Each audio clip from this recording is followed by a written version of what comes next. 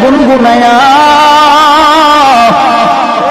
ওই নদীর মাঝে একটা মাছ মনোযোগ সহকারে ওই মাঝি ভাইয়ের দুরুদের আওয়াজ শুনতেছে।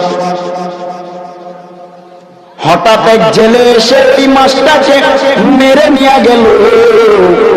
নিয়ে যাওয়ার পর বাজারে নিল, বাজারে নেওয়ার পরে বিক্রি করে। মাছটা মনোযোগ সহকারে নবীর দুরূদ শুনতেছে, আর এই দিক দিয়া জেলে ভাই মাছটাকে ধরে নিয়ে গেলেন বাজারে বিক্রি করে। হঠাৎ করে আবু বকর বাজারের দিকে গেলেন, বাজারে যাইয়া মাছটা ক্রয় করলেন। নবীজিকে রাহমাতুল লিল আলামিনকে দাওয়াত করেছে আবু বকরের বাড়িতে নবী খেতে আসবে। সুবহানাল্লাহ। আবু বকরের বাড়িতে নবী খেতে আসবেন। মাছটা কিনে বাড়ি নিয়ে বিবির কাছে বললেন, বিবি তুমি মাছটা সুন্দর করে রান্না করে তৈরি করে নাও, রাহমাতুল লিল আলামিন আজকে আমার বাড়িতে খেতে আসবে।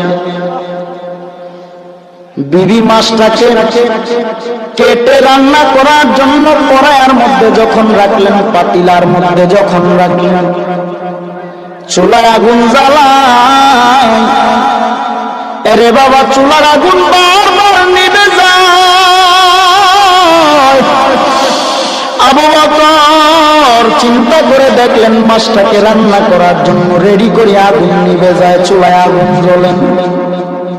নবীকে দাওয়াত করেছি, নবী খাবে, কিন্তু মাছ রান্না করতে না পারলে নবী খাবে কিভাবে? আবু বকর নবীকে দাওয়াত করলেন, রাহমাতুল লিল আলামিন চলেন একটু আমার বাড়িতে যাবেন। নবী গেলেন। যাওয়ার পর আবু বকর সম্পূর্ণ ঘটনাটা খুলে বললেন, নবী মাছ ক্রয় করলাম, বিবিকে দিলাম, পেটে রান্না বসাবে, চুলায় যতবার আগুন দেয় আগুন নিভে যায়।